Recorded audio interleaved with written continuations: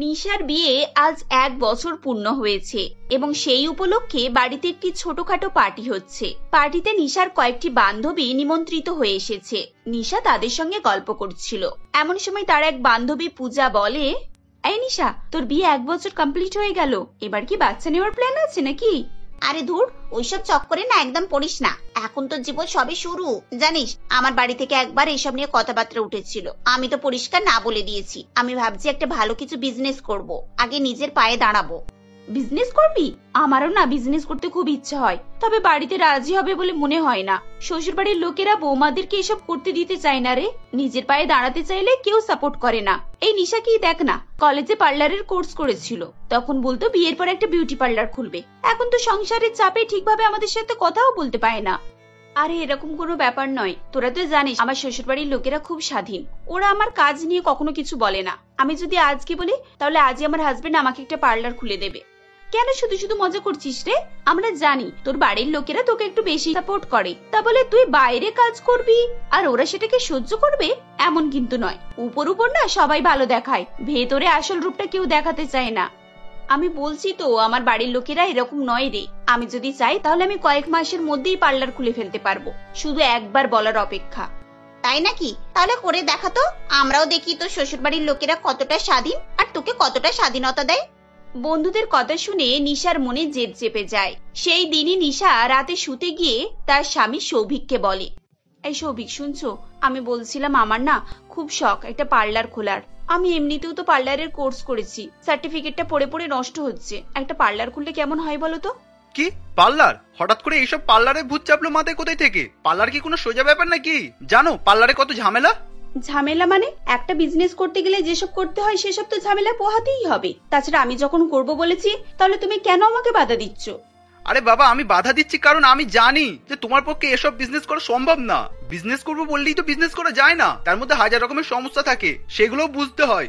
এতদিন তো তুমি আমাকে সবকিছুতেই সাপোর্ট করতে, তুমি বলতে আমি সবকিছুতে তোমার সাথে আছি। আজ যখন আমি নিজের পায়ে দাঁড়াতে চাইছি, তখন তুমি আমাকে এভাবে বলছো? দেখো নিশা, এরকম বাচ্চাদের মতো জেজ করো না। আমি যা বলছি তোমার ভালোর জন্যই বলছি। একটা পার্লার করা কম দায়িত্বের কাজ না। তুমি সারাদিন বাড়িতে থাকো, আনন্দে কাটাও, এসব তোমার দ্বারা সম্ভব না। এসব ঝামেলায় তুমি থাকতেও পারবে না। দেখো সৌভিক, আমি বাড়িতে থাকি তার মানে এই নয় যে আমি বাইরে কোনো কাজ করতে পারবো না। আর তুমি এভাবে আমার যোগ্যতা নিয়ে প্রশ্ন করতে পারো না। সৌভিক নিশাকে বোঝাতে যায়, কিন্তু নিশা রাগ করে ঘুমিয়ে পড়ে। পরের দিন খাবার টেবিলে যখন সবাই মিলে খাচ্ছিল, তখন নিশা সবার কাছে এসে বলে, সৌভিক, আমি তোমাকে শেষবারের মতো বলছি, আমাকে তুমি পার্লার করতে দেবে, হ্যাঁ কিনা বলো? তুমি যদি কিন্তু না করতে দাও, আমি আমার গয়না বিক্রি করে পার্লার খুলবো। তোমাকে আমার জন্য টাকা নষ্ট করতে হবে না। বৌমার কথা শুনে শ্বশুর শাশুড়ি অবাক হয় এবং বলে, আরে আরে, কি হলো বৌমা? তুমি হঠাৎ এভাবে বলছো কেন? আর হঠাৎ করে পার্লার খুলতে চাইছোই বা কেন? এসব ঝামেলার কাজ, শুধু শুধু নিজের শান্তি নষ্ট করা। তাছাড়া আমাদের পার্লার টার্লার আমাদের বংশে মেয়েদের মানায় না। তুমি যদি কোনো কাজ করতে চাও তো একটা অফিস জয়েন করে নিতে পারো। আমার এমনিতেও অনেক জানাশোনা কোম্পানি আছে। আমি না হলে কথা বলে তোমাকে একটা ভালো পোস্টে করিয়ে দেব। শ্বশুর শাশুড়ির কথা শুনে নিশার আত্মসম্মানে লেগে যায় এবং সে বলে, বাবা, আমি কারো রেকমেন্ডেশনে কোনো চাকরি করতে চাই না, সফলভাবে নিজের পায়ে দাঁড়াতে চাই। আপনারা যদি আপত্তি করেন, কি করতে হবে না করতে হবে আমি আমার দেখে নেব। আমি আর আপনাদেরকে এসব বলবো না। এরপর নিশা সেখান থেকে চলে যায়। বৌমার মন খারাপ হয়ে গেছে দেখে শ্বশুর শাশুড়ি আর কিছু বলে না। তারা সৌভিককে বুঝিয়ে বাজারে একটি ভালো দোকান ভাড়া করতে বলে এবং বৌমার পার্লার সাজিয়ে দিতে বলে। সৌভিক বাবা মার কথা শুনে তাই করে। দেখতে দেখতে কয়েকদিনের মধ্যে নিশার পার্লার রেডি হয়ে যায়। নিশা খুবই খুশি হয় এবং বলে, থ্যাংক ইউ সো মাচ। আপনারা আমার স্বপ্ন সফল হতে আমাকে অনেক হেল্প করেছেন। দেখবেন আমি খুব তাড়াতাড়ি অনেক বড় একটা বিউটিশিয়ান হয়ে দাঁড়াবো। আমার পার্লারের নাম চারিদিকে ছড়িয়ে পড়বে। তাই যেন হয় বৌমা, তুমি অনেক অনেক সফল হও, তোমাকে অনেক আশীর্বাদ করি। পার্লার উদ্বোধনের দিন নিশার সমস্ত বান্ধবীরা সেখানে আসে এবং তার প্রশংসা করতে করতে বলে, আরে বাহ নিশা, তুই তো 1 মাসের মধ্যে এত সুন্দর একটা পার্লার রেডি করে ফেললি। আমাদের বাড়ির লোক সারা জীবনেও আমাদেরকে এসব করতে দেবে না। সত্যি মানতে হবে, তোর শ্বশুর বাড়ির লোকেরা সত্যি তোকে সাপোর্ট করেছে। নিশা, এই পার্লারটা করে তুই খুব ভালো কাজ করেছিস রে। আমাদের তো খুবই ভালো হলো। এবার থেকে সবসময় তোর পার্লারে আসবো। তা তো অবশ্যই। খবরদার, আজকের পর থেকে তোরা আর বাইরে কোথাও যাবি না। আর হ্যাঁ, তোদের পরিচিত বা আত্মীয় স্বজন যারা আছে সবাইকে আমার পার্লারের অ্যাড্রেস দিবি। সবাই যেন এখানে সবকিছু করায়, ওকে? সে তো 100 বার। চল আজকে আমার পেডিকিওরটা করে দে, এমনিতেও আমি পেডিকিওর করবো বলেই ভাবছিলাম। আচ্ছা ঠিক আছে, তুই বস, আমি এক্ষুনি সব রেডি করছি। এরপর নিশা 1 ঘন্টা ধরে নিতুর পেডিকিউর করে। পেডিকিউর করা হয়ে গেলে পূজা তাকে দিয়ে ফেসিয়াল করায়, আইব্রো করায়, চুল কাটায় এবং বাকিগুলোও তাকে দিয়ে সবকিছু করায়। শেষে সবাই উঠে যাবার জন্য তৈরি হয়। তখন নিশা বলে, আরে আরে তোরা এভাবে চলে যাচ্ছিস যে, আমার টাকাটা, মানে আজ প্রথম দিন, সেজন্য আজ ধার বাকি রাখতে পারবো না রে, আজকে ক্যাশ দিয়ে দে। নিশা তুই কি রে, তোর কি মাথা খারাপ? বন্ধুদের কাছ থেকে টাকা নিবি বল? আমাকে তুই এসব করে দিয়েছিস, তোর তো ভালো প্র্যাকটিস হয়ে গেল। এরপর থেকে কাস্টমাররা এলে তোর কোনো ভুল হবে না। তোর তো উল্টে আমাকে থ্যাঙ্কস বলা উচিত। আর আমাকে তো শুধুমাত্র একটা পেডিকিওর করে দিয়েছিস রে, তোর প্রথম পার্লার উদ্বোধন হয়েছে, আমাকে তো একটা সার্ভিস ফ্রি দিতেই পারিস, তাই না? এভাবেই সবাই বাহানা করে এবং কেউ তাকে টাকা দেয় না। সবাই চলে যাবার পর নিশার মনে মনে খুব রাগ হয়। পুরো 5 ঘন্টা আমি এদের পেছনে নষ্ট করলাম, হাত পা মাথা সব ব্যথা করছে, আর এরা আমাকে 5 পয়সাও দিল না। যাক, আজকের দিনটা তো ছেড়ে দিলাম, এরপর থেকে সবাইকে ভালো করে মজা বোঝাবো। সন্ধ্যাবেলা নিশা ক্লান্ত শরীরে বাড়ি ফিরে আসে। তখন তার শাশুড়ি তাকে 1 কাপ চা দিয়ে বলে, এই নাও বৌমা, গরম চা খাও। সারাদিন অনেক কাজ করেছো, নিশ্চয়ই ক্লান্ত হয়ে গেছো। হ্যাঁ মা, আমি সত্যি খুব টায়ার্ড হয়ে গেছি, এই চায়ের খুব দরকার ছিল। থ্যাংক ইউ মা। তারপর বৌমা বলো, আজ সারাদিন কেমন গেল? কত টাকা ইনকাম হয়েছে? 1000-10 হবে তো নাকি? আরে না মা, আজকে তো সবে প্রথম দিন, এক্ষুনি টাকার হিসাব কি করে দেব বলুন তো? 1 মাস যেতে দিন, তারপরে লাভ ক্ষতি সব বলবো। পরের দিন নিশা আবার পার্লারে চলে যায়। একটানা বসে থাকার পর তার পাশের বাড়ির একটি কাকি শাশুড়ি অঞ্জনা দেবী পার্লারে গিয়ে উপস্থিত হয় আর বলে, আরে বৌমা, তুমি তো বেশ ভালো জায়গায় পার্লারটা করেছো। খরচ কত পড়লো এখানে? দোকানটা কিনেছো না ভাড়াই নিয়েছো? কাকিমা, ভাড়াই নেওয়া, আর খরচ সব আপনার ছেলেই করেছে। বাবা, খুব ভালো কথা। আচ্ছা শোনো না, আমি একটা না বিয়ে বাড়িতে যাব, তাই আমি এই শাড়িটা কিনেছি। আমাকে একটু ভালো করে শাড়িটা পরিয়ে দাও না গো, আর একদম হালকা মেকআপ করবে, যেন বোঝা না যায়। আর হ্যাঁ, চুলটা একটু ভালো করে বেঁধে দাও, বেশ আর কিছু লাগবে না। এভাবেই হালকা হালকা বলে অঞ্জনা দেবী নিশাকে দিয়ে বেশ ভালো মতোই মেকআপ করিয়ে নেন। সবকিছু হয়ে গেলে অঞ্জনা দেবী বলেন, বাহ বৌমা, তোমার হাতের কাজ তো বেশ ভালোই গো। আমি বরং একটু পর আমার বৌমাকে পাঠিয়ে দিচ্ছি, ও বেচারি ভালোভাবে সাজতে পারে না, ওকেও আজকে একটু সাজিয়ে দিও। বিল? কিসের বিল? আরে বাবা, একটু শাড়িটাকে ধরে দিয়েছো বলে তুমি আমাকে বিল দিচ্ছ? তোমার স্বামীকে আমি ছোট থেকে কোলে পিঠে মানুষ করেছি, আমাদের কাছ থেকে তুমি টাকা নেবে নাকি গো? তোমার শাশুড়ি জানতে পারলে কত রাগ করবে জানো। ছাড়ো, তুমি ছেলে মানুষ, তুমি আর এইসব কি জানবে। ঠিক আছে বৌমা, আমি এক্ষুনি আমার বৌমাকে পাঠিয়ে দিচ্ছি। আর হ্যাঁ, ওর হাতে আবার যেন বিল টিল ধরিয়ে দিও না। অঞ্জনা দেবী চলে যাবার পর নিশা অবাক হয়ে দাঁড়িয়ে থাকে। এভাবে আত্মীয় স্বজন, বন্ধু বান্ধব প্রত্যেকদিন কেউ না কেউ তার পার্লারে এসে ফ্রি সার্ভিস নিয়ে চলে যেত। নিশা তাদেরকে কিছু বলতে গেলেই তারা নিশাকে কথা শুনিয়ে দিত। এদিকে পার্লারে কাস্টমার তেমন হয় না। সকাল থেকে সন্ধ্যা পর্যন্ত নিশা ফ্রি সার্ভিস দিয়ে দিয়ে ক্লান্ত হয়ে পড়ে। এরকমই একদিন সে পার্লারে ছিল। এমন সময় পূজা সেখানে আসে আর বলে, নিশা, তোর তো বুদ্ধি খুব কম রে। আমার কথা শোন, তুই একটা স্টাফ রেখে দে। তোর আত্মীয় স্বজন যারা ফ্রিতে সার্ভিস নিয়ে যায় তাদের জন্য একটা ভালো উপায়। স্টাফকে দেখে না কেউ আর কিছু বলতে পারবে না, আর তোকে মুখ ফুটে পয়সাও চাইতে হবে না। স্টাফ তোর হয়ে এসব কাজ করে দেবে। আরে বাহ, এই আইডিয়াটা ভালোই দিয়েছিস, কিন্তু আমি স্টাফ পাবো কোথায় বলতো? আমার চেনাশোনা একটা মেয়ে আছে, ভালো পার্লারের কাজ জানে। তুই যদি বলিস আমি ওকে কালকেই তোর এখানে পাঠিয়ে দেব। ওকে মাসে ওই 10,000 টাকা করে স্যালারি দিলেই হবে। নিশা একটু চিন্তা ভাবনা করে এবং স্টাফের জন্য হ্যাঁ বলে দেয়। পরের দিন পূজা রীতা নামে একটি মেয়েকে পাঠিয়ে দেয়। নিশা তাকে সমস্ত কাজ বুঝিয়ে দেয়। এরপর থেকে নিশা প্রায় সময় নিজে ফোন ঘাটতে ব্যস্ত থাকতো, আর এদিকে রীতা পার্লার চালাতো। 2-3 দিন পরে রীতা নিশার কাছে আসে এবং বলে, দিদি, আমি আর এখানে কাজ করতে পারবো না, এমনিতেও কাস্টমার হয় না, তাছাড়া একটা ভালো জায়গা থেকে আমার একটা অফার এসেছে, আমি আজকেই চলে যাব ভাবছি।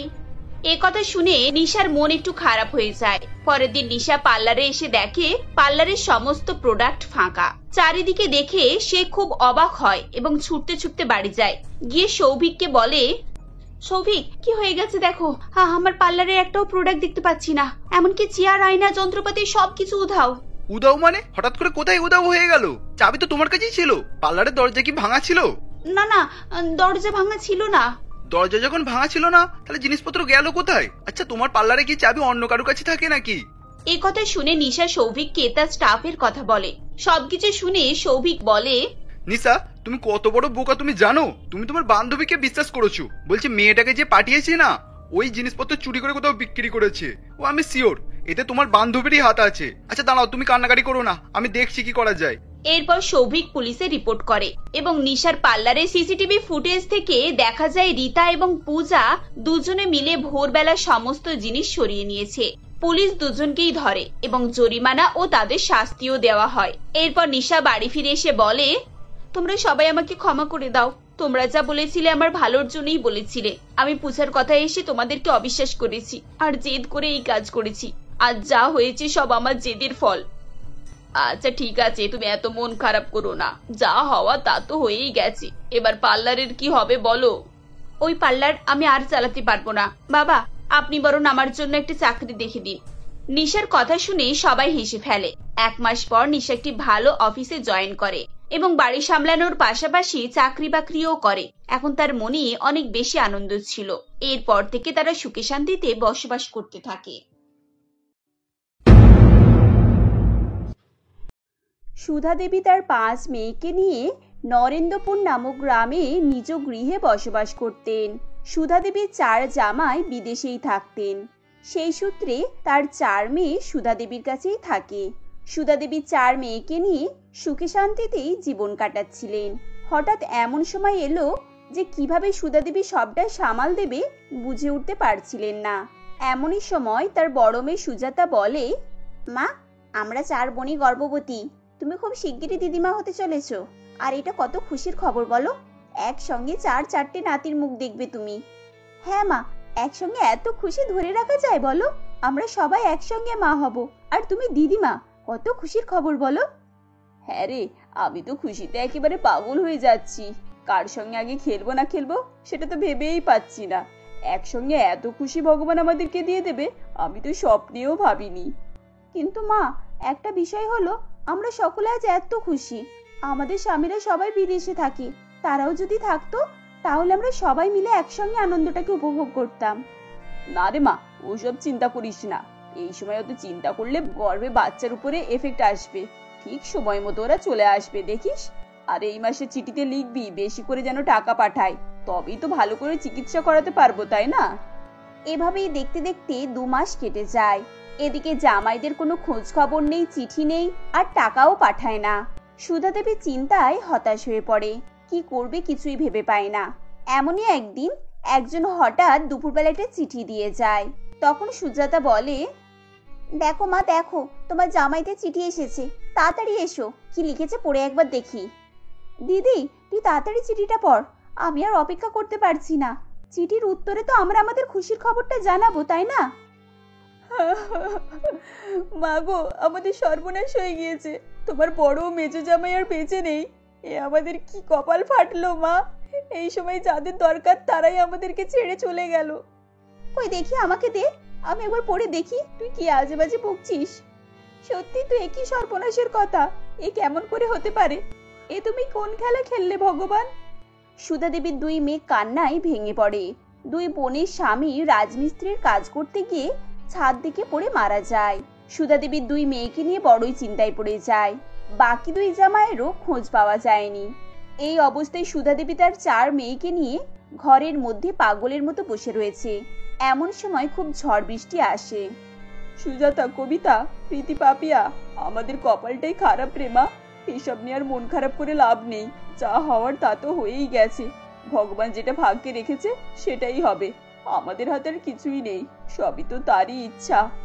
এভাবেই বলতে বলতে হঠাৎই বৃষ্টির জল চালের উপর দিয়ে তাদের গায়ে এসে পড়ে। তখন কবিতা বলে, একই এরকম দুঃখের সময় তার উপরে চাল দিয়ে জল পড়ছে গায়ে। একটুও বসার জায়গাই পাচ্ছি না, সবটা ভিজে যাচ্ছে মা। কোথায় থাকবো সারা রাত আমরা? পুরো ঘরে জল পড়ে ভর্তি হয়ে যাচ্ছে। হ্যাঁ মা, এই তো বিছানা সব ভিজে যাচ্ছে। এখন কোথায় একটু শোবো বলো তো? শরীরটা যে খুব খারাপ লাগছে। সারাদিন না খেয়ে আছি, একটু বিশ্রাম করলে ভালো হতো। কিন্তু কোথায় বিশ্রাম নেবো মা? সব তো ভিজে যাচ্ছে। আস্তে আস্তে জল বাড়ছে বই কি কমছে না।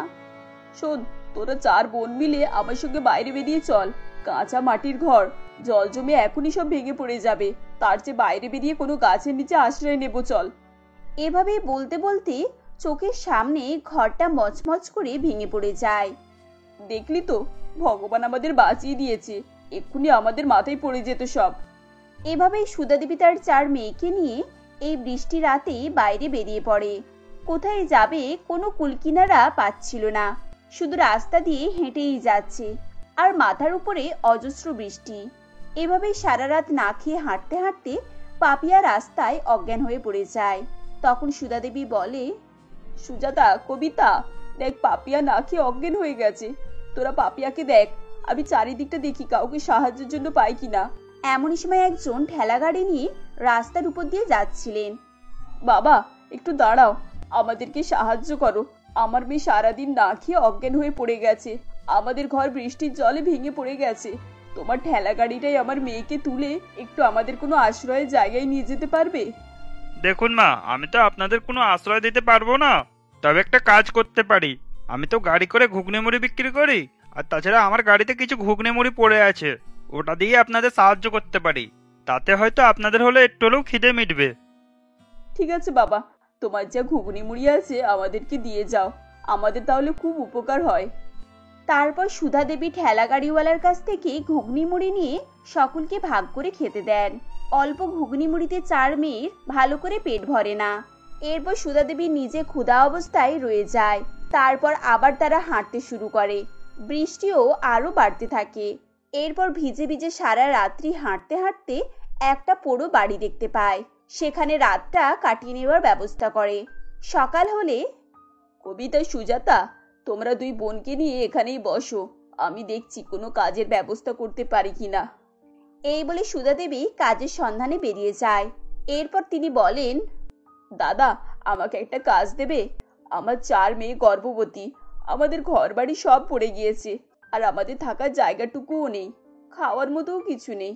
আমাকে কেউ কাজ দেবে দয়া করে? এভাবেই কাজ চাইতে চাইতে সুধা দেবী চারদিকে ঘুরে বেড়ায়। এমন সময় এক ভদ্রলোক সুধা দেবীকে ডেকে বলেন, এই যে মাসিমা, আপনাকে বলছি, আপনি কাজ খুঁজছিলেন না? আমার কাছে একটা কাজ আছে। দাও না বাবা, কি কাজ আছে দাও আমাকে, তুমি যা বলবে আমি তাই শুনবো। আমার 4টে মেয়ে মাথার উপরে বিপদের মধ্যে আছে, তাদেরকে আমাকে বাঁচাতে হবে। তুমি যা কাজ বলবে আমি তাই করব, শুধু একটা কাজ হলেই হবে। আমি একজন ডাক্তার, আমার সামনেই হাসপাতাল আছে, আর তাছাড়া বাড়িতে একটা মা মরা মেয়ে আছে 4 বছরের। ও জন্মানোর সময় ওর মা মারা যায়, সেই থেকে আমি ওকে কোলে পিঠে করে মানুষ করি, আর তাছাড়া একার দ্বারা সব কাজ করে ওঠা যায় না। তাই জন্য ভাবছিলাম একটা বিশ্বস্ত লোক দরকার, যে ঘরের ও আয়ার কাজ দুটোই পারবে। ঠিক আছে বাবা, আমি তাই করব। আমার 4 মেয়ে আছে, 4 জনই গর্ভবতী। আমরা অনেক দূরগ্রাম থেকে এসেছি, আমাদের ঘর বাড়ি সব বৃষ্টির কারণে ভেঙে পড়ে গেছে, তাই আমরা একটা থাকার জায়গা খুঁজছি আর কাজও খুঁজছি। ঠিক আছে মাসিমা, আপনাকে দেখে মনে হচ্ছে আপনি খুব ভালো মানুষ, তাই আপনাকে সব দায়িত্বের ভার দিলাম। আর তাছাড়া আমি কখন কোথায় থাকি তার ঠিক থাকে না, আপনার মতো একজন দায়িত্ববান মানুষ পেয়ে আমি নিশ্চিন্ত হলাম। আপনাদের কোনো থাকা খাওয়ার অভাব হবে না, আপনারা নিশ্চিন্তে আমার বাড়িতে থাকতে পারেন। সুধা দেবী এতক্ষণে নিশ্চিন্ত হন। এরপর তার 4 মেয়েকে নিয়ে ডাক্তারবাবুর বাড়ি এসে খুবই উপকার পান। সেখানে থাকা খাওয়া পড়ার কোনো কিছুরই অভাব ছিল না। তারা 4 মেয়ে ও মা মিলে বাড়ির সমস্ত কাজ করত ও ডাক্তারবাবুর মেয়ের দেখাশোনার সব দায়িত্ব নেন। এরপর কবিতা হঠাৎ বলে, ওহ মা গো, পেটের মধ্যে যেন কেমন ব্যথা হচ্ছে, খুব কষ্ট হচ্ছে মা, আর সহ্য করতে পারছি না। এখন আমি কি করি? এখন কোথায় ডাক্তারখানায় নিয়ে যাব? কি করব কিছুই বুঝতে পারছি না, কিন্তু কিছু তো একটা করতেই হবে, এভাবে তো আর বসে থাকা যায় না। বাড়িতে ডাক্তারবাবু আছে, ওনাকে একবার বলে দেখি। হ্যাঁ মা, আমি যাচ্ছি। ডাক্তারবাবু, ডাক্তারবাবু, একটু এদিকে আসুন না, কবিতার পেটে খুব ব্যথা হচ্ছে, ব্যথায় ছটফট করছে, আপনি তো ডাক্তার, একটু দেখুন না। হ্যাঁ হ্যাঁ, এই তো আমি এসে গিয়েছি, কই কই দেখি কি হয়েছে, আমাকে দেখতে দাও। এরপর ডাক্তারবাবু এসে কবিতাকে চেক আপ করেন আর বলেন, ভালো করে খাওয়া দাওয়া না করার জন্য শরীর খুব কমজোরি হয়ে গেছে, আর তাছাড়া বাচ্চারা পুষ্টি হচ্ছে না, যার কারণে ব্যথা হচ্ছে। ভালো করে খাওয়া দাওয়া করতে হবে, সঙ্গে নিজের যত্নও নিতে হবে। এটা সকলকেই বলছি, 4 জনের এই সময় ভালো করে খাওয়া দাওয়া করার দরকার, নিজের শরীরের দিকেও যত্ন রাখা দরকার। দেখছি তো বেশি দিন আর বাকি নেই, বাচ্চা জন্মানোর সময় হয়ে এসেছে, কিছুদিনের মধ্যে ডেলিভারি করতে হবে। ভালো করে খাওয়া দাওয়া না করলে বাচ্চার পুষ্টি যোগাবে কি করে? ঠিক আছে ডাক্তারবাবু, আমি সংসারের সঙ্গে সঙ্গে আমার 4 মেয়ের ভালো করে যত্ন নেব। তারপর থেকে সুধা দেবী তার 4 মেয়েকে যত্ন সহকারে পুষ্টিকর জিনিস খাওয়াতে থাকেন এবং তাদের যাতে কষ্ট না হয় তার জন্য নিজের সমস্ত কাজ করে নেয়। মেয়েরা শুধু ডাক্তারবাবুর বাচ্চাকে নিয়ে খেলাধুলা করে, তার সঙ্গে সময় কাটায়। এইসব দেখে ডাক্তারবাবু খুবই খুশি হয়ে যায়। তখন তিনি বলেন, যাক, এতদিন পর একটা ভালো কাজের মেয়ে পেয়েছি। মেয়েটা পুরো নিজের লোকেদের মতো ওদের সঙ্গে মিলেমিশে আছে। আমার দেখে খুব শান্তি লাগছে। এতদিন বাচ্চাটা একা একা থেকে কতই না কষ্ট পেয়েছে। আগে যদি মাসিমাকে খুঁজে পেতাম তাহলে মেয়েটা এই 4 বছর কষ্টটা পেত না। এরপর সুধা দেবীর মেয়েদের ডেলিভারির সময় হয়ে আসে। এমন সময় সুধা দেবী সংসারের কাজ নিয়ে খুব ব্যস্ত। এদিকে তার 4 মেয়ে প্রসব যন্ত্রণায় ছটফট করছে। সুধা দেবী তাড়াতাড়ি করে হসপিটালে নিয়ে যায়। ডাক্তারবাবু, আমাকে একটু সাহায্য করুন, আমার 4 মেয়ে প্রসব যন্ত্রণায় ছটফট করছে। আপনার 4 মেয়ে পুত্র সন্তানের জন্ম দিয়েছে। এখন বাচ্চা ও মা দুজনই অসুস্থ আছে। আপনি ভিতরে গিয়ে আপনার মেয়ের সঙ্গে দেখা করুন।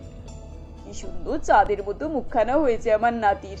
ভগবান একসঙ্গে 4-4টে আমাকে নাতি দিয়েছে। এর থেকে বড় খুশি আর কি আছে। আর এর সাথে আমার একটা নাতনিও আছে, 4 বছরের, ডাক্তারবাবুর মেয়ে। ডাক্তারবাবু সুধা দেবীর মুখে এই ধরনের কথা শুনে খুবই খুশি হয়ে যান এবং বলেন, আপনার মতো ভালো মানুষের জন্য এই পৃথিবীটা হয়তো তৈরি হয়েছে। আজ আমার মেয়েকে নিজের নাতনি বলে পরিচয় দিচ্ছেন, এতে আমি খুব খুশি হয়েছি মাসিমা। আমি যে আমার মেয়ের জন্য একটা ঠাকুমা পেয়েছি, এটাও আমার সৌভাগ্য। আজ থেকে আপনি আমার সত্যিই মা, মাসিমা না। আর এই 4 জন আমার বোন। এখন থেকে আমরা সবাই একসঙ্গে আনন্দের সঙ্গে কাটাবো। আর আমার মেয়ের সঙ্গে আমার বোনের বাচ্চাদেরও মানুষের মতো মানুষ করে তুলবো। সুধা দেবী ডাক্তারবাবুর মুখে এরকম কথা শুনে খুবই খুশি হয়ে যান। খুশিতে ডাক্তারবাবুকে বুকে জড়িয়ে ধরে এবং বলেন, আয় বাবা, আমার কাছে আয়।